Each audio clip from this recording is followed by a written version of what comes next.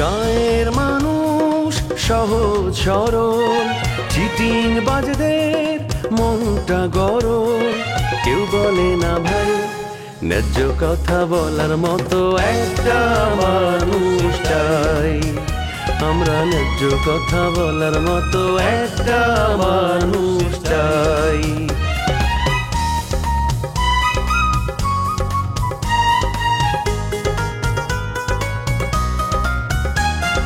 সৎ মানুষের ভাঙ্গা বাড়ি, ধান্দা বাজরা নেয় যে গাড়ি।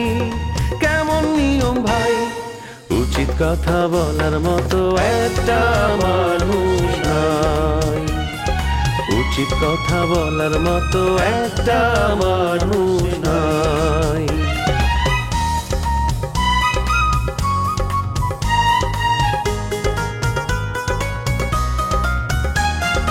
চোরের মায়ের বড় গলা, মিথ্যা দিয়ে সত্য বলা ভদ্রলোকের ভাই। এক সমাজেই বাস করে ভাই চিটার এন্ড জেন্টলম্যান। রিক্স নিতেই হইবে বললেন, একটু গাইল গপ্প করলেন, কথাবার্তা বললাম, মানে ওই আর কি বললেন। আচ্ছা আপনি যে বলতেছেন রিক্স নেব, এরকম বিশ্বস্ত লোক কই পাবো, কারে বিশ্বাস করবো? একদিনের জন্য বাড়ি গেছিলাম, হঠাৎ কইরে আবার আয়া পড়ছি রোমিও ভাইরে নিয়া। রোমিও ভাই তো মনে হয় তোমাদের ওখানেই উঠছে, তাই না? উঠছে। এখন কিন্তু তোমরা ইচ্ছা করলে আমাকে মানে বেড়ানো যাবে নাকি পারো, মেলা আড্ডা গল্প ভালো লাগবে। তুমি আমারে বললা যে না তুমি আমার সাথে নাটক করবা, বুলেটও তোমার পছন্দ হয়েছে, এত ভালো অভিনয় করে, এত কিছু বলার পরেও তুমি না করছো কেন? কার কথা তুমি না করছো? তুমি আমার কেন খুলি আছে? আমি এবার বুঝে গেছি এটা কিন্তু রোমিও সাহেবের বাসা। আপনি বলতে চান না এটা শুটিং বাড়ি। রোমিও সাহেব আমাদের আসতে বলেছেন, আমরা ওনার সাথে দেখা করতে চাই। আর দয়া করে আপনি প্লিজ কোনো ধানা পানাই করবেন না। মেজস্ট কে থাকে না, আমি আপনার হাতে দানা বানাই করতেছি। হ্যাঁ এই আপনার বয়স তো কম, কিন্তু বেদবি তো ভালোই করতেছেন। মানে আমি কিন্তু বেদবি জিনিসটা একেবারে পছন্দ করি না। তোমরা তো খুব সুন্দর করে কথা করাও, তোমার উচ্চারণ বাচন ভঙ্গি খুব ভালো, তোমার ভবিষ্যৎ ভালো, অসুবিধা নাই। আমি বাবুর কথা দিতেছি, তোমার দুজনেকে আমি ইচ্ছা মতো উপকার করবো, মানে সহযোগিতা করবো, অসুবিধা নাই। Thank you sir, thank you. তাহলে আজ আসি আমরা। আমরা আসি। আর রোমিও স্যার আসলে প্লিজ আমাদের একটা কল দিবেন। না তা তো তুমি এক কাম করো, ওই তোমার নাম্বারটা দিয়ে যাও, যখন যেটা হয় রোমিওটা মুই নাই গুনি না, আমি নিজে ফোন করে তোমার জান। হ্যাঁ আচ্ছা আপনি তুলুন। হ্যাঁ জিরোওয়ান না, এটা কার নাম্বার দিলা? তোমার না তোমার? এটা আমার নাম রাজীব। ও তোমার নাম? বর্ষা। বাহ বাহ, খুব সুন্দর নাম। এই যে সেট করে রাখলাম, অসুবিধা নাই। আমি তোমরা খোঁজ খবর দেবো। জি আমরা তাহলে আসি আজকে। হ্যাঁ ওয়ালাইকুম আসসালাম। ওয়ালাইকুম আসসালাম। খোলাই আছে। জি ভালো থাকবেন। হ্যাঁ ভালো থাকবেন। হ্যাঁ আল্লাহ না ভালোই, বয়সের একটা তার আছে। ইউটিউবে কিছু কিছু নাটক বানান লাগবো, ইয়াং জুটি, এটা খাইবো ভালো, ব্যবসা ভালো। কে দিল নাম্বার? দিল না, না দিলে অসুবিধা নেই। কেমন আছেন? জি ভালো। আমাকে চিনতে পেরেছেন? না আপনারা তো ঠিক চিনতে পারতেছি না। চিনতে পারেননি নাকি চিনেও না চেনার ভান করছেন, কোনটা? আপনি কি বলতেছেন? আমি তো কিছুই বুঝতে পারতেছি না। বলছিলাম যে আপনার সাথে আমার বুলেট ভাইয়ের অফিসে দেখা হয়েছিল, মনে পড়ে? ও হ্যাঁ হ্যাঁ মনে হচ্ছে। হ্যাঁ আপনি তো কত কথা বললেন, আমি নতুন ডিরেক্টর, আমার নাটকের ওরকম ভিউ নাই, এই জন্য আপনি কাজ করবেন না বলে চলে আসলেন, মনে আছে? কি করব বলেন? তাছাড়া নতুন নায়িকা হিসেবে আমি কি ভুল কিছু বলেছিলাম? সবাই তো চায় ভিওলা ডিরেক্টরের সাথে কাজ করতে, এটার জন্য কি আপনি এতটা রাগ করবেন আমার সাথে? না রাগ তো আমি একটু করছি, এটা ঠিক, কিন্তু আমি আবার আমার রাগটা বেশি খুশি রাখতে পারি না। আমিও আপনার সম্পর্কে খোঁজখবর নিয়ে দেখলাম আপনি এই গ্রামের খুব ভালো একজন মনের মানুষ। তাছাড়া এই গ্রামের জামাই সম্পর্কে আমার দোলা ভাই। তুমি এই গ্রামের মেয়ে, কিন্তু আমি তো তোমার এই গ্রামে কোনোদিন দেখিনি। দোলা ভাই আমি আপনার পাশে একটু বসি। হ্যাঁ বসো বসো বসো। আমি এতদিন এই গ্রামেই ছিলাম, কিন্তু শহরে চলে গিয়েছিলাম, আবার এই গ্রামে ব্যাক করেছি। ও আচ্ছা, তো শহরে কি তুমি এরকম নাটকের কাজ করছো? নাটকের কাজ করিনি, কিন্তু এখন থেকে ভাবছি কাজ করব। ও আচ্ছা, না ওই যে তোমার কথাবার্তা শুনি মনে হলো যে তুমি নাটক সম্পর্কে খোঁজখবর রাখো, কার কত ভিউ, কি ভাইরাল হয়েছে, এগুলো তুমি ভালো করে বুঝো, সেই জন্য জিজ্ঞেস করলাম আর কি। সেটা তো একটু একটু খবর রাখতেই হয়। আপনি যদি ডিরেক্টর হিসেবে আমাকে একটু চান্স দেন তাহলে তো আমি একটু কাজ করতেই পারি, তাই না?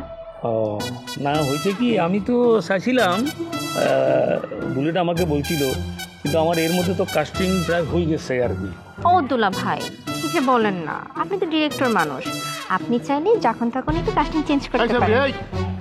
আর সাইডে কথা বলো, চেনো না জানো না, রাত ধরে বসে আসছে কি ব্যাপারটা কি? এই বইন কোন হাতে দাঁড় করে আনছো? ওই যে আমবাগান কাঁঠাল বাগান এক বইনেরে দেখছিলাম, এটা কোন বইন? কি কথা বলতেছিল কির ফিরনে? আঙ্কেল, আপনি আমাকে নাই চিনতে পারেন, আমি তো শহরে বড় হয়েছি, কিন্তু আমার বাবা তো শফিক, এই গ্রামেরই ছেলে। হ্যাঁ, তোমার বাবার তো চিনতে পারছি। তে এরবার লেলাই দিচ্ছে কির ফিরনে? হ্যাঁ জগলু, এইবারের নাটকে আমি একটা চমৎকার একটা ক্যারেক্টার লিখছি। ওই ক্যারেক্টারটা আমি চিন্তা করছি তোরে দিয়ে করাবো, পারবি তো? আমাকে দিবে? আমি কিরকম অ্যাক্টিং পারি এটা তো তোমার ভালো করে জানা আছে। তোমার গ্রামীণ পটভূমিতে জীবন ধরুন নাটকে আমি তো অ্যাক্টিং করে ফাটাল আছি, কেমন নেই তোমার? আরে মনে আছে বলেই তো আমি এই নাটকেও কাস্টিং দিতে চাচ্ছি। নিশ্চয়, খুব ভালো কথা, কিন্তু আমি তার ভুল ধরবো। আমার উপরে তো কোনো রংবাজি করা চলবো না, তার ভিতরে একটু ওভার অ্যাক্টিং করার টেন্ডেন্সি আছে। জগলু অবশ্য এই কথাটা ঠিক করছে, একটু ওভার অ্যাক্টিং এর টেন্ডেন্সি আছে, সেটা আমিও খেয়াল করছি।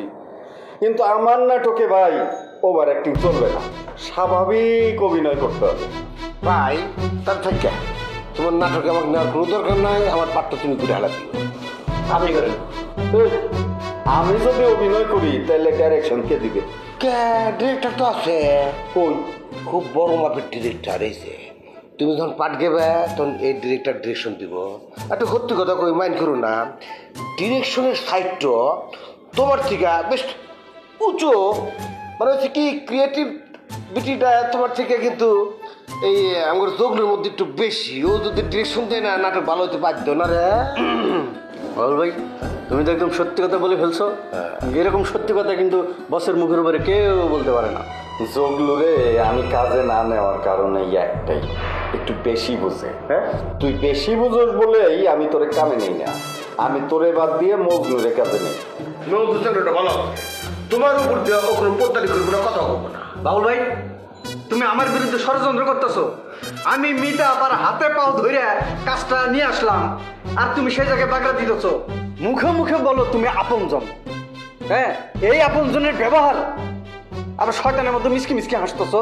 এই হারামটা, তুই যদি মিথ্যা করে বাড়িচ্ছে আত্মা ধরে কান্তি কান্তি মাথা ঠোকাতে ঠোকাতে মাথা উঁচা করে হারা দিল নি, তোর দিল নি মিতা, তোর কোনো কাজ দিল নি, জীবনও দিল নি না।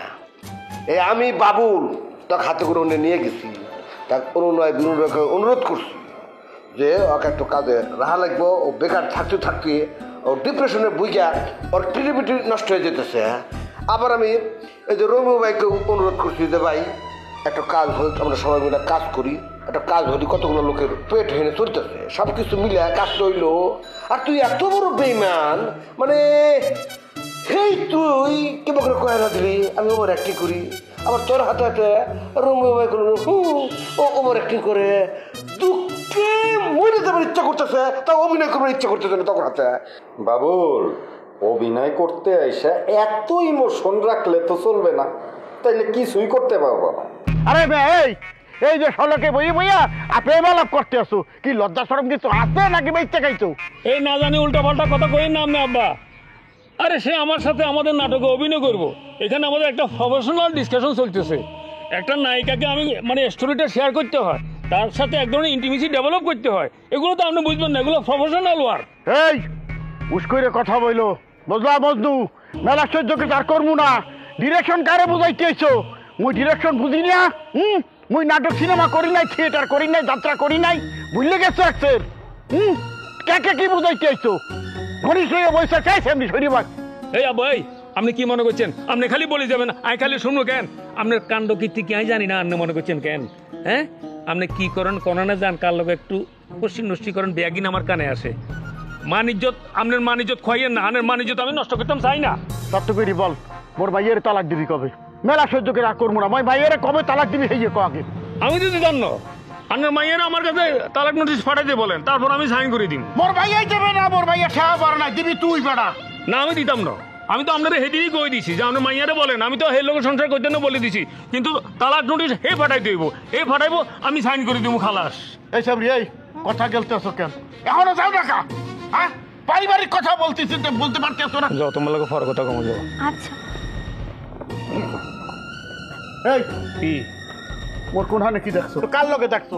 কমু আপনারা আস্তে ধীরে কমু, আপনি তো উতাল হইয়েন না। আপনার কাণ্ডকীর্তি সব আমি আমার ব্রেনের মধ্যে রাখি দিছি, ফিট করি, আস্তে আস্তে আমি ওগুলো সব বাইর করবো। আপনারা শুধু আমি এটা বলতেছি, আপনার যেখানে সেখানে আপনার জামাই, আমি এখন আপনার জামাই আছি, আমার ইজ্জত নিয়ে আপনি টানাটানি করেন না, তাইলে কিন্তু আমি আপনার ইজ্জত লই টানাটানি করবো এমন ভাবে, এটা আমরা সমাজে মুখ দেখাতে পারতো না। এটা আপনারা ফাইনালি বলে দিলাম। মোর বাড়ি খাইয়া মোর খাওয়ান খাইয়া মোরে ছেড়িন দাও বেড়া তুমি। এই সাহস তোরে কেটে দিতে কমইতে পাইছো? মোর বাড়িতে নাইবে যাইয়া মোরে ছেড়িং দিবি বেড়া বলে যেতে আসি।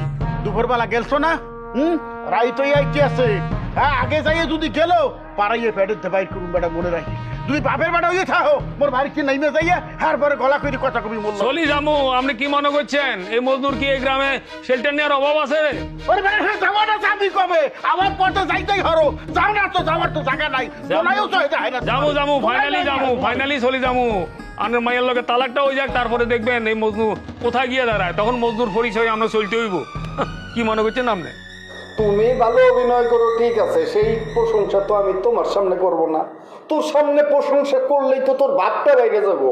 এই কারণে প্রশংসা যদি করতেই হয় সেইটা আমি অন্য মানুষের সামনে করব। বস, আপনি কারে জ্ঞান দিতেছেন? উনি তো নিজের অনেক জ্ঞানী মনে করেন। উনি তো মনে করেন ওনার এলাকায় ওনার উপরে কোনো জ্ঞানী ব্যক্তি নেই। দেখেন না আপনি কথা কর লগে লগে দুই বগলের নিচে দুই হাত দিয়ে ভাব লয়ে বেড়ে গেছে। তুই তো কথাটা করলি, কথা তো তুই উল্টা বলি, মানে কইছস ঠিকই কিন্তু মিনিংটা উল্টা। তুই চিন্তা করে দেখ যে আমার গ্রামে আমার চেয়ে বেশি জ্ঞান নেই কেটে আছে। আমি তো মেলাবার প্রমাণ দিছি, আমার জ্ঞানের প্রমাণ। এই যে আমার ভাই শামসু পুরো এলাকাতে নিয়ন্ত্রণ করতো কার বুদ্ধিতে? এই আমার বুদ্ধিতে। এই যে ঢাকা শহরে এত বড় একটা ফ্ল্যাট কিনলো কার বুদ্ধিতে? আমার বুদ্ধিতে।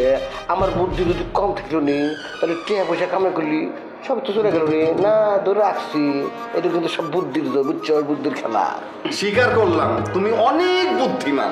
এখন তোমার এই বুদ্ধিমানের গল্প আমি আর শুনতে চাই না। এখন দুইজনে মিলা তোরা মিতার বাসায় যাবি, মিতারের সাথে করে নিয়ে আসবি। কে মিতার বাসায় যাওয়া লাগবো? কে মিতা পথে এই বাসা চিনি, সে এই বাসায় আপনার সিরিয়ালের শুটিংও করছে। তার আনতে যেতে হবে কিসের জন্য? কথা চুকলো তোর না সব কিছু অতিরিক্ত, অতিরিক্ত বোঝো অতিরিক্ত। আচ্ছা ঠিক আছে, তুই না সব বুঝ থাক, মিতা আমি নিজে যেতেছি। আচ্ছা যাও, তাড়াতাড়ি যাও। মিতার টাকা পয়সার সাথে নিয়ে আসবে তো, ওর সাথে পাহারার জন্য লোক দরকার। বুঝছি রমেশ ভাই, তাহলে বাবুলের সাথে আমিও যাই। গেলে পরে মনে করেন যে টাকা পয়সা নিয়ে আসবো, বাবুল ভাইয়ের সাহস অনেক দ্বিগুণ বেড়ে যাবো আমি থাকলে। জগলু কে তোর কথা হই না না, আমার পায়ের রক্ত শৃঙ্গে মাথা উঠে গেছে। তাও তুই এটা কি করছ রে? হ্যাঁ তোর কথাবার্তা হইলে তো মনে হচ্ছে আমি তোর শক্তিতে বাইরে চলাফেরা করি, আমার কোনো নিজস্ব শক্তি নাই। হ্যাঁ তুই কি বুঝাবে নাকি চেষ্টা করতেছ যে আমি তোর তোর তোর সব কিছু নিয়ে চলি না? জীবনে বহুত কিসিমের বেমান দেখছি, কিন্তু তোর মতো জীবন্ত শয়তান বাদ দে, তোরা ঝগড়া কর, আমি নিজেই যাই। না তোর যা লাগবে না, আমি আরে বাবুল ভাই, তোমার একলা যাওয়া লাগবো না, আমিও তোমার সাথে যেতেছি। প্রয়োজনে ওখান থেকে আসার পর তুমি দুই সাথে গালি দিও, চলো তারপর দেখ মনে রাত্রিতে তুই গালি দেবো, গালি না দিলে আমার আগে করবো না। দুইটাই বেশি।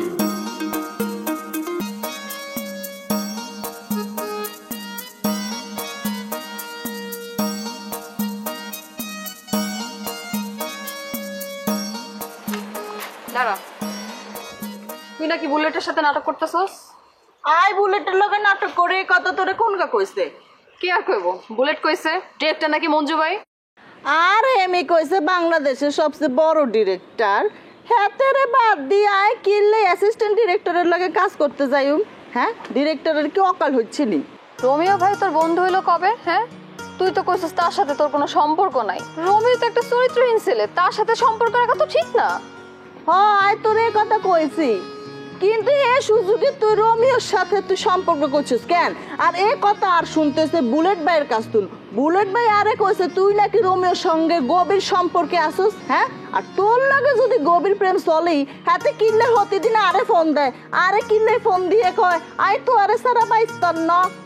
কি রোমিও তোরে এই ধরনের কথাবার্তা বলে? আর সে তো আমার আজকেও ফোন করছিল, আমাকে ঢাকায় যাইতে বলতেছে। আমার ছাড়া নাকি তার একা ভালোই লাগতেছে না। তুই কেমনে এই বাটপারিকের লগে মিললি, হ্যাঁ? আয় তোরে আর দুঃখের ব্যাগ কথা খুলি কইছি, তার হরে দিও তুই কেমনে আর বান্ধবী আর এত বড় সর্বনাশ করলি আর নিজেও সর্বনাশে হাত দিলি। আয় তোরে বান্ধবী হিসেবে আর মনেই করতে হাইতাম না, তুই আর এত কষ্ট দিছস। আমি আজকে রোমিওরে ফোন দিব, আর ও যদি আমার সাথে প্রতারণা করে থাকে তোর আমি কথা দিলাম, বান্ধবী হিসেবে কথা দিলাম, আমি জীবনে আর ওর সাথে চলবো না, কথাও বলবো না। আর কথা কি তোর বিশ্বাস হইলো না? আর রোমিওর ব্যাগ কথা রেকর্ড করে রাখছি, তুই শুনবি নি? ক আয় তোর শুনাইতে হাঁটবো, শুনবি? রোমিওর কথা আমার শুনতে ইচ্ছা করতেছে না নাফিজা। আমি বুঝতে পারছি, আমি ভালো করে বুঝতে পারছি সে আমাকে ব্ল্যাকমেল করার ট্রাই করতেছে। আয় তোরে আগেই সাবধান করছিলাম, আয় তোরে আগে ব্যাগ কথা কইছি, তারপরও তুই আরে অ্যাভয়েড করে আরে হাস কাটাই রোমিওর লগে যে জোর হইছস। আরে আমার কি সৌভাগ্য, আমার দুই নায়িকারে এক লগে পাই গেলাম। শোনেন, আমি আপনার নাটকের নায়িকা না। আয়ও না মজনু ভাই, আয় আমরা নাটকিকা করতে হাঁটতাম না। বুঝতে পারছি কি কারণে তোমরা দুজন মিলি আর নাটকে অভিনয় করতে না। কি কারণে অভিনয় করব না বলো দেখি, তোমার মুখ থেকেই শুনি। আরে এটা বলার কি আছে, এটা সোজা সহজ সরল হিসাব। ওই যে রোমিও ভাই মানা করছে, সে বলছে আমি নাটকের কি বুঝি, আমি নাটক বানালে এটা কোনো নাটকে বনি, আমি কিছু জানি না, আমি কিছু বুঝি না। আর সে এই জন্য বলছে যে আমার নাটক থেকে তোমরা যেন বিরত থাকো। রোমিও ভাই কেমন আছো? হ্যাঁ, কেমন আছো তোমরা? আমি খুব ভালো নাই বুঝছো, এই ঢাকায় এসে নাটক করা খুব টাফ, খুব টাফ। সারাদিন প্যারার মধ্যে থাকতে হয়। আহা, প্যারার কি আছে ভাইয়া, এখন তো প্রডিউসার আমাদের নিজেদের মানুষ, আপন মানুষ। তোমার যদি প্রয়োজন হয় তুমি আগে শুটিং শুরু করার আগে টাকা নিয়ে নিবে, সমস্যা কি? মিতা আপা কি তোমার সাথে টাকা পয়সার বিষয়ে কিছু আলাপ আলোচনা করছে? না, তোমার যদি লাগে তুমি আমারে কও, আমি মিতা আপার সাথে কথা কয়ে কিছু টাকা তোমার নিয়ে দেই। টাকা পয়সা তো পাওয়া যাবে, টাকা পয়সা নিয়ে আমি চিন্তিত না। একটু অন্য ঝামেলা আছে, টেকনিক্যাল প্রবলেম। মানে বাবুলের সাথে একটা পেয়ার আমি খুঁজেই পাইতেছি না। ক্যারেক্টারটা হচ্ছে ধরো বাবুল একটা বউ পাগল মানুষ, সারাদিন খালি বউ বউ বউ বউ করতেই থাকে।